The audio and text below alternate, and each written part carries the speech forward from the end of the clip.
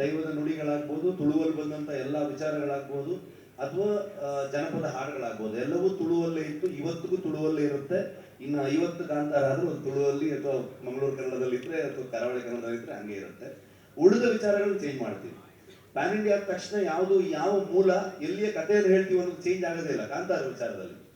ಈಗ ಇನ್ನೊಂದು ಬೇರೆ ತರದ ಸ್ಕೇಲ್ ಇರುವಂಥ ಫಿಲ್ಮ್ ಅಥವಾ ಪ್ಯಾನ್ ಇಂಡಿಯನ್ ಫಿಲ್ಮ್ ಆದ್ರೆ ಅವಾಗ ಅಲ್ಲಿಗೆ ಅದನ್ನು ಬದಲಾಯಿಸಬಹುದು, ಅಲ್ಲಿನ ನೇಟಿವಿಟಿಗೆ ತಕ್ಕನಾಗಿ. ನಾವಿಲ್ಲಿ ಹೇಳ್ಬೇಕಾದ್ರೆ ಇದೇ ನೇಟಿವಿಟಿಯನ್ನ ಹೇಳ್ಬೇಕಾಗತ್ತೆ. ಅಂದ್ರೆ ಈ ಕಥೆಯನ್ನು ಹೇಳುವಾಗ ನೀವು ಲೈಫ್ ರಿಸ್ಕ್ ಮಾಡ್ಕೊಂಡ್ರಿ ಅಂತ ಹೇಳಿದ್ರು, ಅದು ಅಷ್ಟು ಅವಶ್ಯಕತೆ ಇತ್ತ ಈ ಕತೆಗೆ ಅಂತ? ಅಲ್ಲ, ಲೈಫ್ ಯಾವತ್ತೂ ರಿಸ್ಕಲ್ಲಿ ಇರುತ್ತೆ. ಲೈಫ್ ಯಾವತ್ತೂ ರಿಸ್ಕಲ್ಲಿ ಇರುತ್ತೆ. ನಾವು ಯಾವತ್ತೂ ಶಾಶ್ವತ ಅಲ್ಲ. ಆದ್ರೆ ಒಂದು ಸಿನಿಮಾದ ಬಗ್ಗೆ ಒಂದು ನೆರೇಟಿವ್ ಸೆಟ್ ಆಯ್ತಲ್ಲ, ಆ ಪಾಯಿಂಟ್ ಅಲ್ಲಿ ಹೇಳ್ಬೇಕಾದ್ರೆ ನಾನು ಹೇಳಿದ್ದನ್ನು.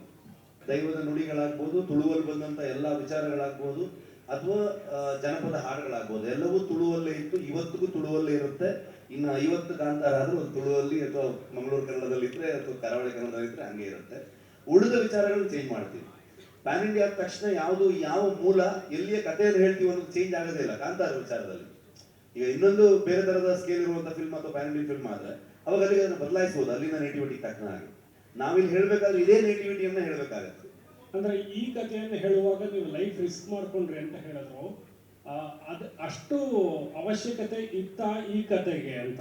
ಅಲ್ಲ, ಲೈಫ್ ಯಾವತ್ತೂ ರಿಸ್ಕಲ್ಲಿ ಇರುತ್ತೆ. ಲೈಫ್ ಯಾವತ್ತೂ ರಿಸ್ಕಲ್ಲಿ ಇರುತ್ತೆ. ನಾವು ಯಾವತ್ತೂ ಶಾಶ್ವತ ಅಲ್ಲ. ಆದ್ರೆ ಒಂದು ಸಿನಿಮಾದ ಬಗ್ಗೆ ಒಂದು ನೆರೇಟಿವ್ ಸೆಟ್ ಆಯ್ತಲ್ಲ, ಆ ಪಾಯಿಂಟ್ ಅಲ್ಲಿ ಹೇಳ್ಬೇಕಾದ್ರೆ ನಾನು ಹೇಳಿದ್ದನ್ನು.